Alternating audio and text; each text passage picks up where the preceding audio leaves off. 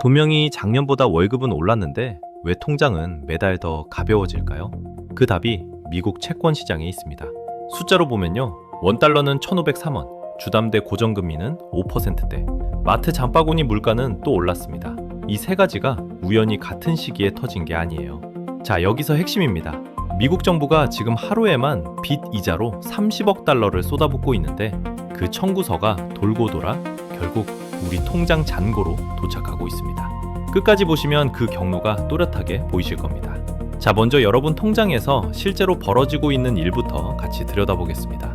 분명히 월급은 들어왔는데 카드값 빠지고 대출이자 빠지고 마트 한번 다녀오면 이상하게 잔고가 더 빨리 줄어드는 느낌. 저만 그런 게 아니라 요즘 직장인들 대부분이 비슷한 감각을 호소하십니다.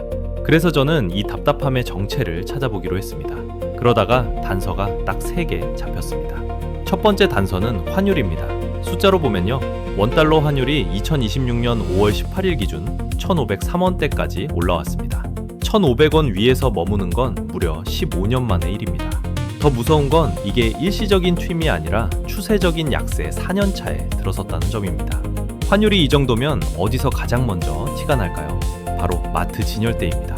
수입 과일, 수입 고기, 외국 과자, 그리고 주유소 기름값. 이게 다 달러로 사오는 물건이라 환율이 오르면 바로 가격표가 바뀝니다. 월급 명세서는 그대로인데 장바구니만 무거워지는 첫 번째 구멍이 여기서 생깁니다. 두 번째 단서는 대출금리입니다. 한국 시중은행 주담대 고정금리가 평균 5%대에 진입했습니다. 쉽게 말씀드리면요. 3억 원짜리 주담대를 받았다면 금리가 1%포인트만 올라도 월 이자가 대략 15만 원 이상 더 빠져나가는 구조입니다. 1년이면 180만 원, 30년 만기로 끌고 가면 정말 무시 못할 금액이 됩니다. 누군가에겐 한 달 외식비, 누군가에겐 아이 학원비 한 과목이 그대로 사라지는 셈입니다. 이게 두 번째 구멍입니다. 세 번째 단서는 물가입니다. 한국 4월 소비자 물가는 2.6% 올랐다고 발표됐는데 이상하게 우리가 느끼는 체감 물가는 그보다 훨씬 무겁습니다. 통계 숫자랑 장바구니 무게가 따로 노는 거죠. 자, 여기서 핵심입니다. 환율이 오르면 수입품 가격이 또 오르고 그게 다시 가공식품, 외식 메뉴판으로 번지면서 통계에는 천천히 잡히지만 지갑에는 빠르게 박힙니다. 세 번째 구멍이 여기서 생깁니다. 이렇게 세 가지 단서, 환율 1,503원, 주담대 5%대, 그리고 체감과 따로 노는 물가까지. 따로 보면 그냥 평범한 경제 뉴스 같습니다. 그런데 모아놓고 보면 묘하게 한 점을 가리킵니다. 쉽게 말씀드리면요. 내 지갑에 눈에 보이지 않는 구멍이 3개 뚫려 있는 것과 같습니다. 환율 구멍, 대출이자 구멍, 그리고 물가 구멍. 매달 월급은 분명히 들어오는데 이 세 구멍으로 동시에 새 나가니까 손에 쥐는 돈이 자꾸 줄어드는 겁니다. 그런데 이 세 구멍의 공통 원인이 뭔지 저도 처음엔 믿기지 않았습니다. 환율, 대출, 물가는 보통 각자 다른 이유로 움직인다고 배우잖아요. 그런데 이번엔 달랐습니다. 새 구멍 뒤에서 똑같은 그림자가 자꾸 보였습니다. 그 실마리가 바다 건너 미국 채권 시장에서 시작됩니다.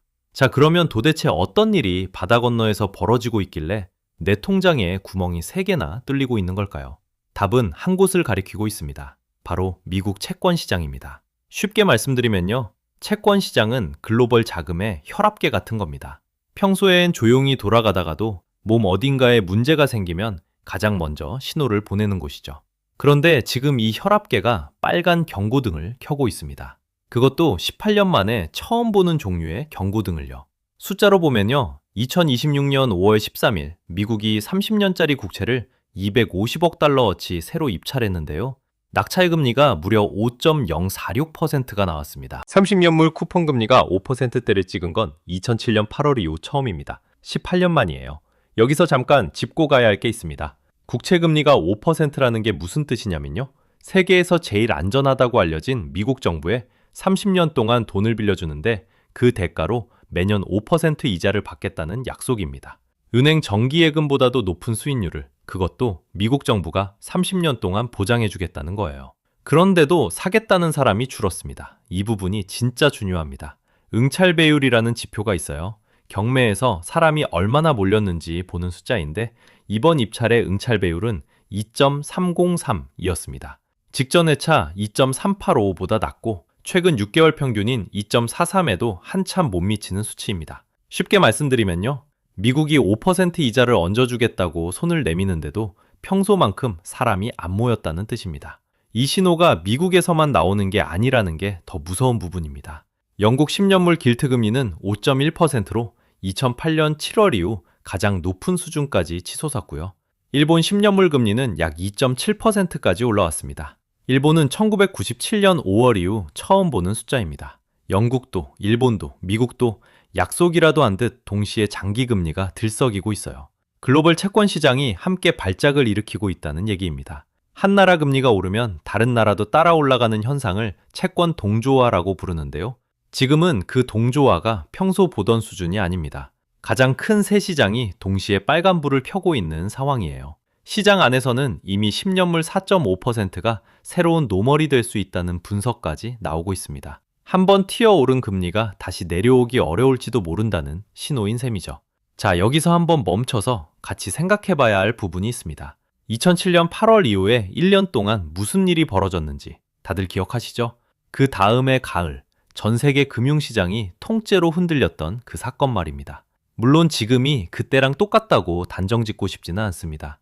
다만 30년물 5%, 응찰배율 하락, 글로벌 동조화, 이 세 가지가 한꺼번에 겹쳐 나온 마지막 시점이 정확히 그 직전이었다는 사실은 한 번쯤 진지하게 들여다볼 필요가 있다는 방향이 좋지 않을까 싶습니다.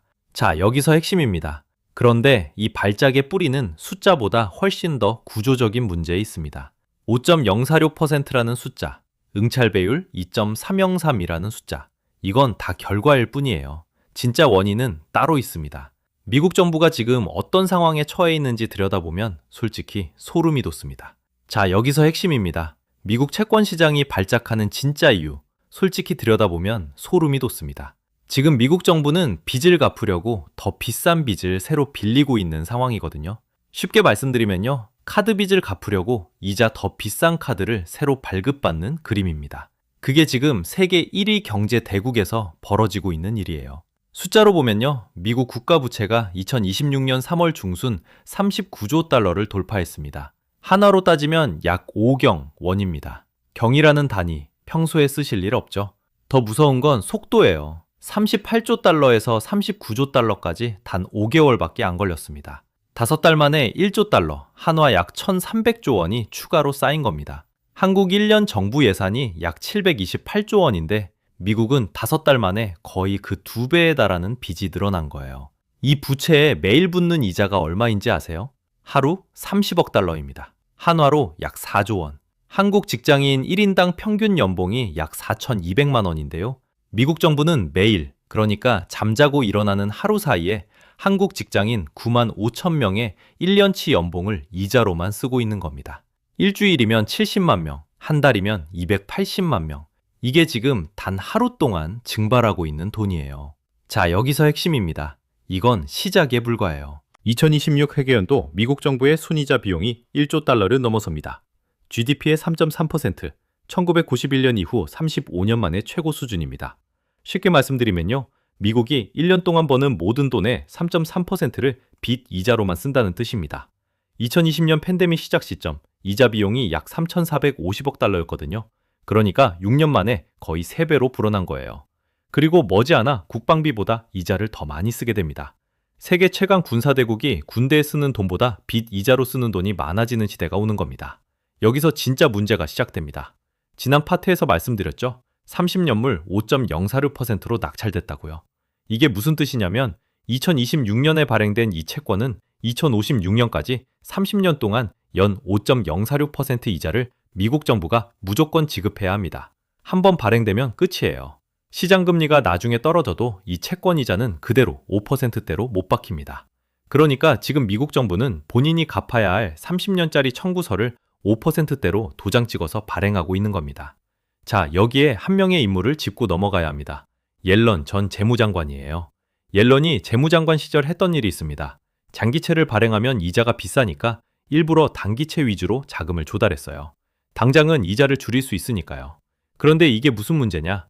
단기채는 만기가 짧으니까 계속 새 돈으로 갚아줘야 합니다. 그게 바로 롤오버, 카드 돌려막기예요.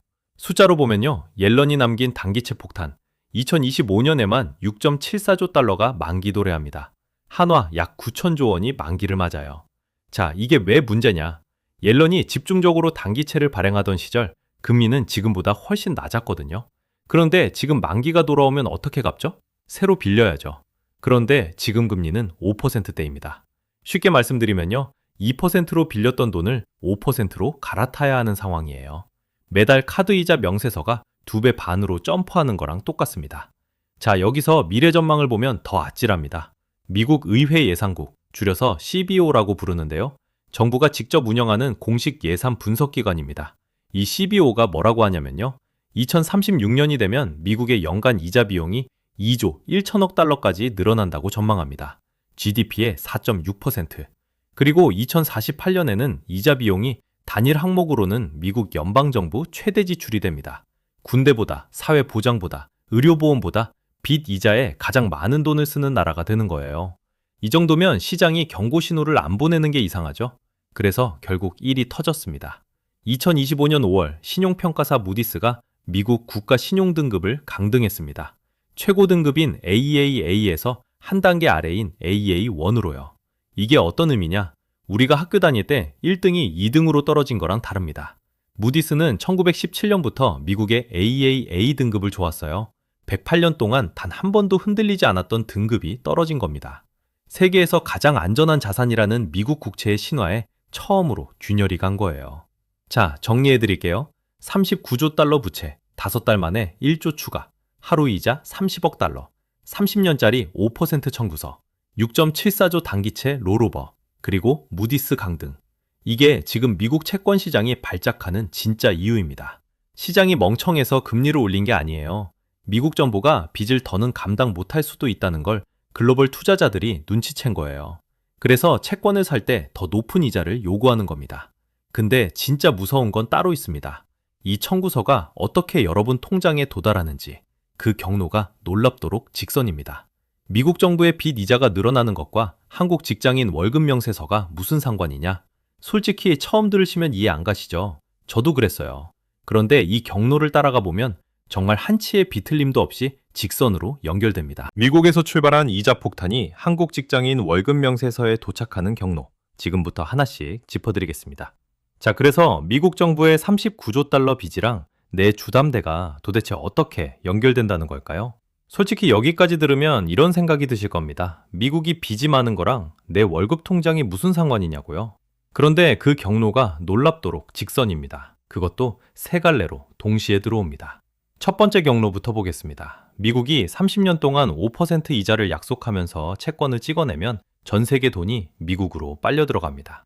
그 결과 달러는 강해지고 원화는 상대적으로 약해지죠. 숫자로 보면요. 2026년 5월 18일 기준 원달러 환율이 1,503원입니다. 15년 만에 약세 구간이고요. 이게 끝이 아니라 4년째 추세적으로 밀리고 있다는 점이 더 무겁습니다.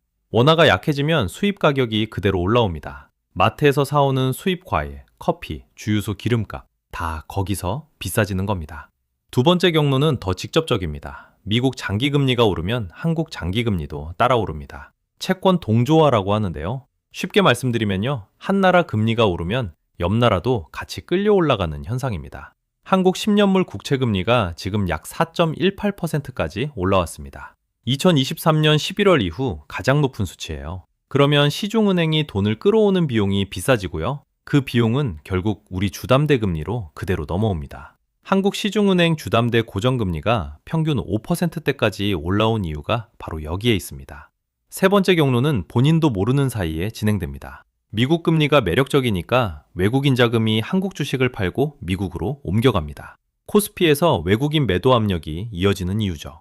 그러면 어떻게 될까요? 내 퇴직연금 계좌, 내 연금저축 계좌에 들어있는 한국 주식형 자산의 평가액이 조용히 깎입니다. 월급 명세서에는 안 찍히니까 못 느끼는데 내가 모르는 사이에 내 노후도 같이 깎이고 있는 겁니다. 자, 여기서 핵심입니다. 쉽게 말씀드리면요. 미국이 이자를 올릴수록 한국 직장인 통장에서 3개의 구멍이 동시에 더 커지는 구조라는 겁니다. 환율 구멍, 대출 구멍, 노후 구멍. 이게 같은 뿌리에서 동시에 벌어지는 일이라는 게 핵심이에요. 더 답답한 부분은 따로 있습니다. 한국은행 입장에서 이걸 막을 수단이 사실상 묶여 있다는 점입니다. 금리를 내리자니 그 순간 원화는 더 약해지고 수입 물가는 더 뛰고요. 금리를 올리자니 이미 5%대인 주담대가 더 오르면서 가계가 무너질 위험이 생깁니다. 진퇴양난이라는 표현이 지금 이 구조에서 나옵니다. 여기까지 들으시면 솔직히 좀 힘이 빠지실 수 있습니다. 내가 노력해서 바꿀 수 있는 게 별로 없어 보이거든요. 그런데 그렇다고 선 놓고 있을 수만은 없습니다. 지금 당장 5분 안에 확인해 볼 수 있는 것 한 가지가 있습니다. 이걸 알고 사는 것과 모르고 사는 것이 앞으로 1년 동안 통장에 꽤 큰 차이를 만들 거라는 방향이 좋지 않을까 싶습니다. 자, 여기서 핵심입니다. 미국 정부의 청구서를 우리가 막을 수는 없습니다. 그렇다고 손 놓고 있을 수만은 없죠. 구원투수 없는 세상에서 우리가 직접 할 수 있는 점검 3가지를 말씀드려 보겠습니다. 첫째, 금리가 높을 때 오히려 확정이자 구조를 잡아두는 방향입니다. 숫자로 보면요, 미국 단기채 T빌이 지금 4.2에서 4.5%대를 줍니다. 한국 국고채 10년물도 4.18%입니다. 예전 같으면 꿈도 못 꿀 숫자가 지금은 시장에 깔려 있는 거예요. 개인적으로는 무리해서 종목을 고르기 전에 내가 가진 현금 일부가 이 금리를 받고 있는지부터 먼저 살펴볼 것 같습니다. 금리가 더 오르기 전에 또는 어느 순간 빠르게 내려가기 전에 확정 구간을 만들어두는 방향이 좋지 않을까 싶습니다. 둘째, 주담대입니다. 변동금리로 두신 분이라면 고정으로 갈아탈 타이밍을 한 번쯤 점검해 보는 게 좋습니다. 미국 30년물이 5.046%로 못 박힌 순간 한국 시중은행 조달 비용도 당분간 내려오기 쉽지 않습니다. 지금 변동이 더 싸 보여도 1년 뒤에도 그럴 거란 보장은 없거든요. 은행 앱에서 갈아타기 시뮬레이션 한번 돌려보는데 10분이면 충분합니다. 셋째, 외화자산 비중입니다. 원달러 약세가 4년째 이어지고 있습니다. 자산이 전부 원화로만 묶여 있다면 환율이 또 한 번 흔들릴 때 그대로 노출됩니다. 비중을 크게 바꾸자는 이야기가 아니라 내 자산에 달러가 한 줌이라도 들어있는지 확인해 보자는 정도입니다. 쉽게 말씀드리면요, 이 3가지는 거창한 투자가 아니라 그냥 점검입니다. 영상이 끝나면 지금 당장 증권사 앱을 열고 내 퇴직연금 안에 채권 비중이 몇 %인지 한 번만 확인해 보세요. 그 숫자를 아는 것만으로도 출발선이 달라집니다. 정리해보면요, 원달러 1,503원도, 주담대 5%대도, 마트 장바구니 물가도, 결국 세 구멍이의 공통 범위는 바다 건너 미국의 39조 달러 이자 폭탄 하나였습니다. 멀리 있는 뉴스가 아니라 매달 제 월급 명세서 위를 지나가는 실선이었던 거죠. 그러니 이 영상 끄시기 전에 딱 2가지만 확인해 보시면 좋겠습니다. 첫 번째, 증권사 앱 열어서 내 퇴직연금의 채권 비중이 얼마나 들어있는지. 두 번째, 내 주담대가 변동인지 고정인지, 그리고 갈아탈 수 있는 시점인지. 이 2가지만 알아도 다음에 금리 뉴스가 나올 때 휘둘리는 정도가 확실히 달라집니다. 개인적으로는 한 번에 다 바꾸려 하기보다 이번 주말에 잔고 한번 차분히 들여다보는 정도부터 시작해 보시는 방향이 좋지 않을까 싶습니다. 이런 구조를 알고 사는 것과 모르고 사는 것은 완전히 다른 인생입니다. 여기까지 함께 따라오신 것만으로도 이미 절반 이상은 준비되신 겁니다. 흔들리지 않는 한 주 보내시길 바라겠습니다.